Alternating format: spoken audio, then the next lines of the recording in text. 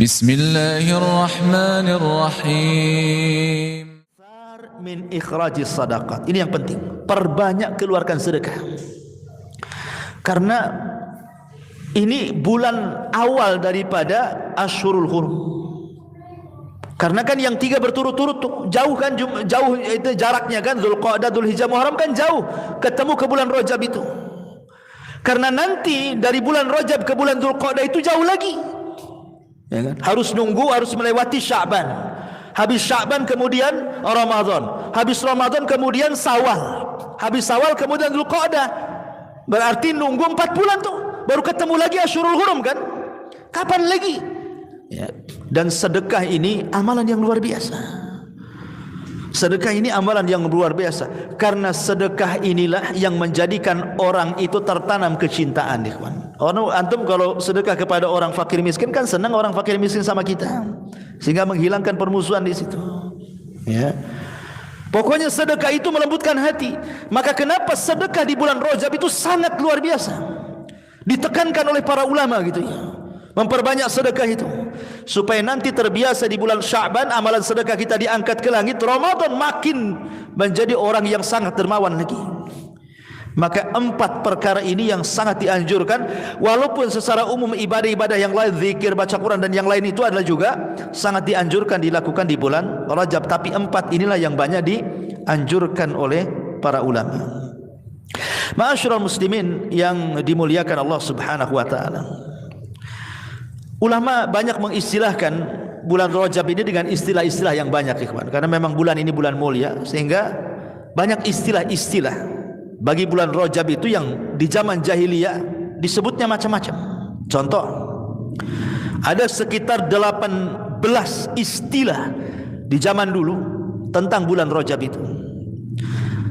Ada juga yang mengatakan Rajab. Kenapa disebut Rajab? Ra-jim ba. Rajab. Rajab itu dalam bahasa Arab sama dengan azab, memuliakan. Jadi kalau saya katakan dalam bahasa Arab rajabtu syai, aku merajabkan sesuatu, artinya azamtuhu, aku memuliakan sesuatu. Berarti makna rajab itu artinya agung, ya. Jadi bulan ini bulan agung, ya. Ada juga mengistilahkan disebut asam. Asam itu artinya diam, ya. Kenapa? Karena asam tidak terdengar, diam, kayak orang tuli itu ya. Kenapa distilahkan bulan Rajab itu bulan tuli, ya kan? Diam, bulan tuli, tidak ada suara. Karena la yasmauna fihi qaqatus silah. Karena di zaman jahiliyah bulan Rajab itu tidak ada suara-suara senjata. Ya, kan kalau zaman dulu kan perang kan pedang adu pedang kan pang gitu ya, ada suara.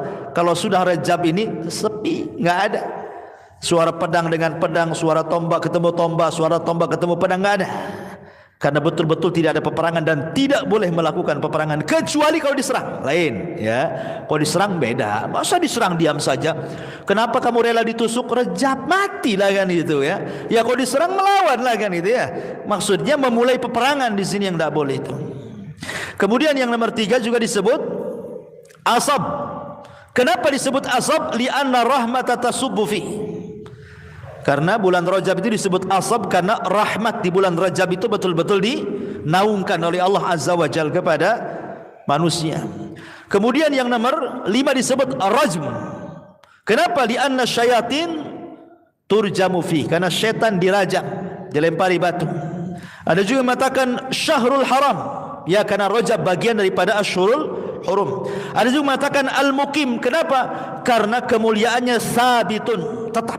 Ya.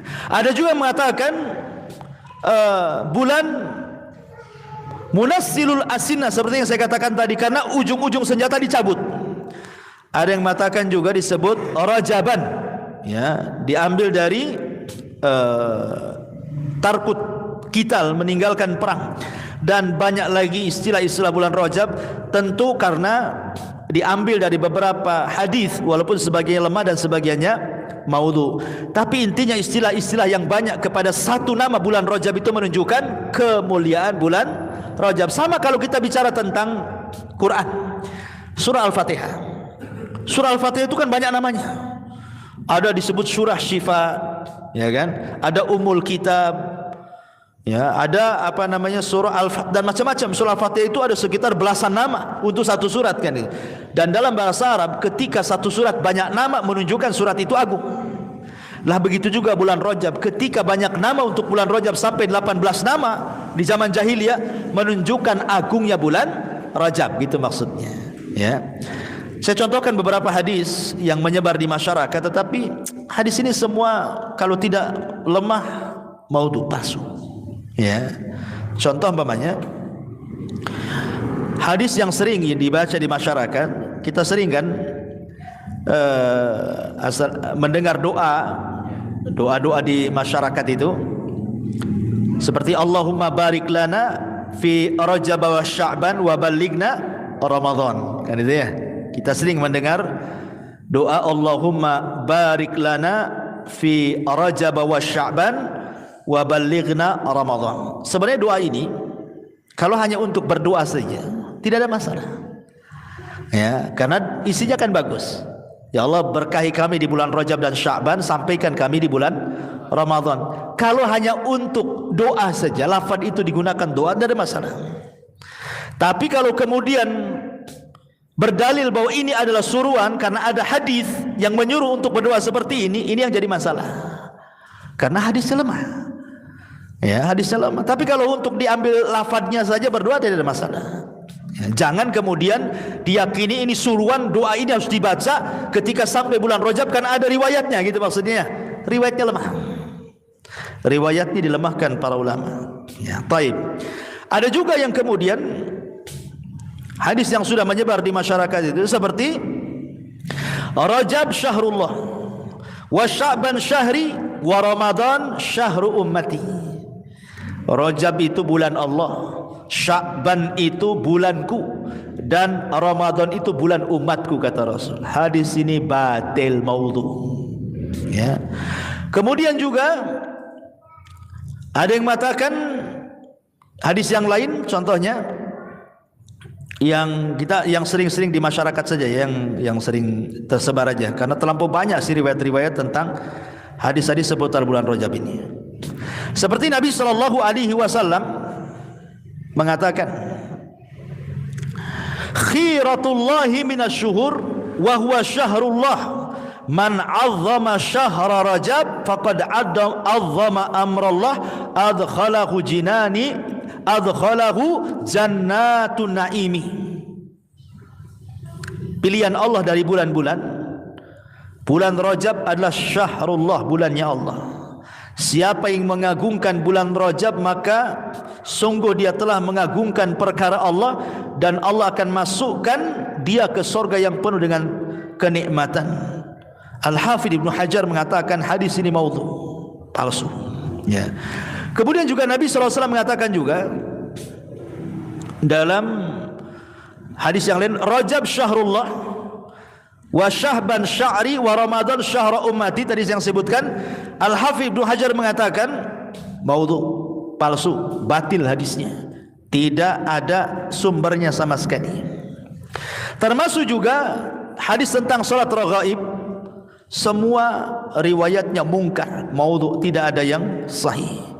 Intinya, kata Syekhul Islam Ibn Taimiyah rahimahullahu taala, tidak ada satupun hadis yang bisa diamalkan dari ibadah-ibadah khusus di bulan Rajab. Semua antara lemah dan palsu. Intinya seperti itu.